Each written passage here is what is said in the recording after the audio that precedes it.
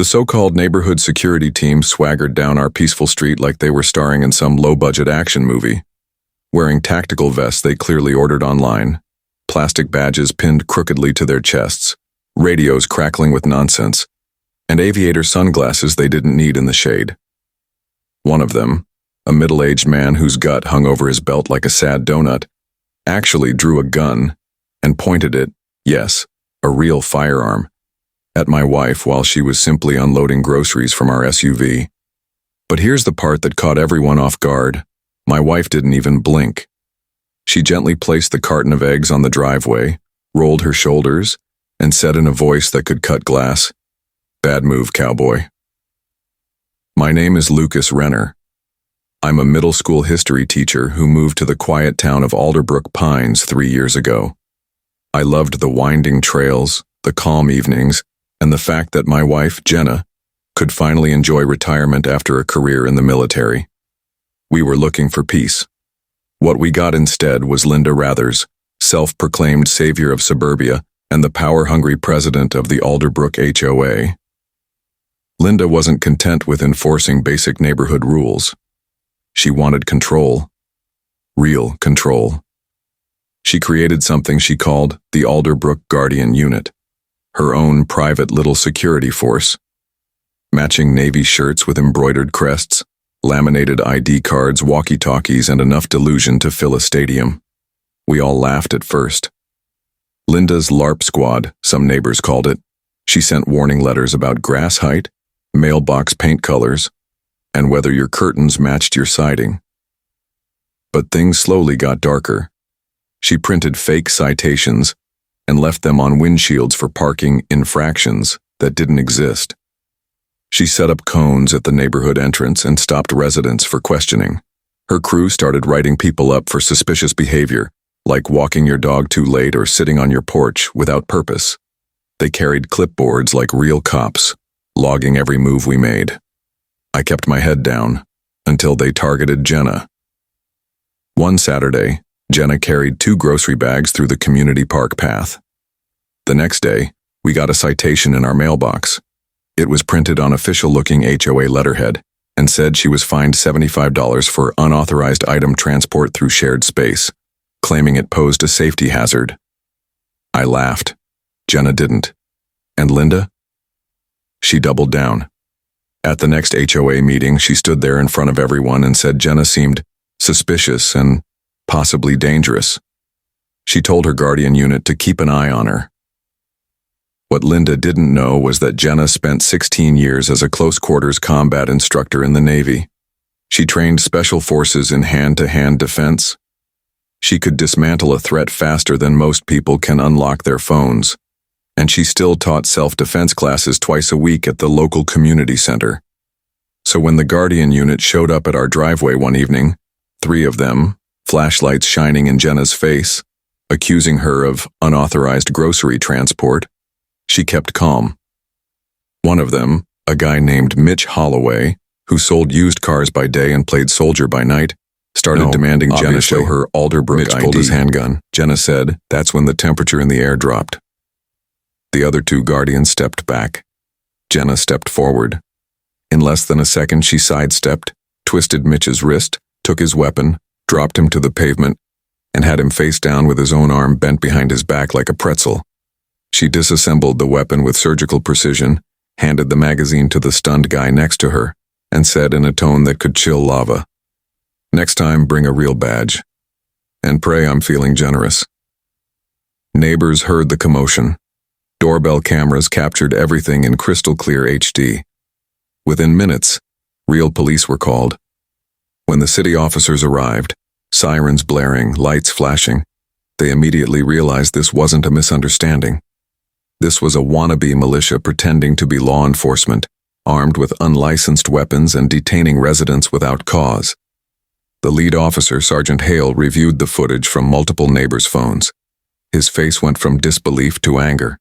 He ordered his team to confiscate the Guardians' weapons, radios, and their ridiculous Alderbrook Guardian Unit ID cards. Linda arrived shortly after, shouting about her right to protect the community and something about sovereign HOA authority. She even tried to issue Sergeant Hale a citation for parking in a restricted residence zone. That went about as well as you'd imagine. Mitch was arrested on the spot for brandishing a weapon and assault. 2 other members were cited for impersonating law enforcement. And Linda? She was detained for obstruction after she tried to block the officers from taking the group's equipment. Sergeant Hale calmly explained, 3 separate times, that HOA bylaws don't override state or federal law. Jenna gave her statement like a professional. Clear, calm, factual. She explained how a firearm was pointed at her, and she responded with minimum force to neutralize the threat. The officer taking her statement, a former Marine, immediately recognized her training. He asked about her service, and when she told him, his respect for her was written all over his face. The following week's HOA meeting was standing room only. People who hadn't attended a meeting in years were now crammed into folding chairs. Linda tried to give a speech about community vigilance and neighborhood safety, flanked by the remaining members of her Guardian Unit, like some kind of defeated general, and her last loyal soldiers. It did not go well. A teenager in the back connected his phone to the projector and played the doorbell footage for everyone to see. The crowd gasped, then started murmuring. Someone shouted, "Are we filming season 2 of your cop show now?" Another yelled, "You almost got someone killed over grocery bags." The board called an immediate vote of no confidence. Linda tried to stop it, citing obscure rules and paragraphs from the HOA charter, but the crowd had had enough. The vote was unanimous except for Linda and her vice president, who abstained. Linda was removed as president on the spot. The Alderbrook Guardian Unit was officially disbanded, permanently. The legal consequences didn't take long. Mitch faced felony charges for assault with a deadly weapon and impersonation of an officer. His bail was set at $20,000. The 2 other members were each charged with misdemeanor impersonation, facing fines and possible jail time. Linda was charged with conspiracy, obstruction, and inciting criminal activity. Civil suits started rolling in. Jenna filed one for harassment and emotional distress. Several other residents joined a class action suit claiming they'd been harassed, ticketed, or detained without cause.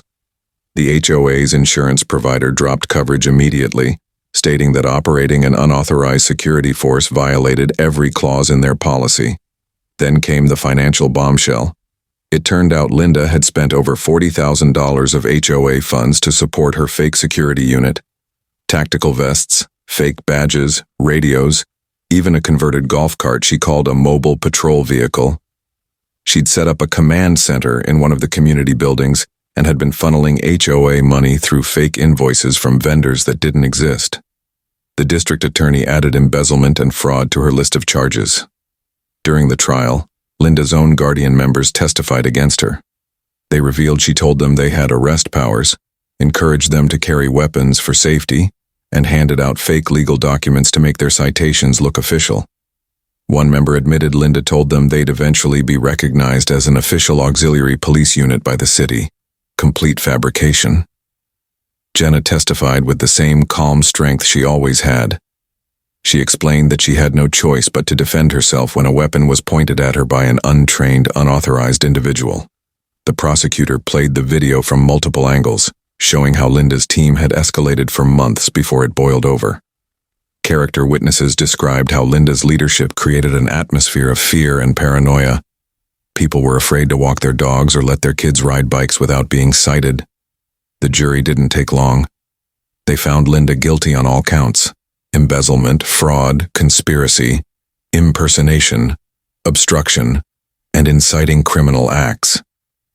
The judge called her actions a dangerous fantasy that endangered innocent people and sentenced her to 3 years in state prison, $60,000 in fines, and full restitution to the HOA. When the sentence was read, Linda stood there pale and silent. She whispered, "I was just trying to protect everyone." But no one believed her anymore. She was handcuffed and led away, her little empire crumbling behind her. Jenna and I. We went home. We lit a small fire in the backyard, roasted marshmallows, and finally enjoyed the peace we'd been searching for. The community slowly healed. The HOA restructured, banned any future security units, and created real transparency for residents.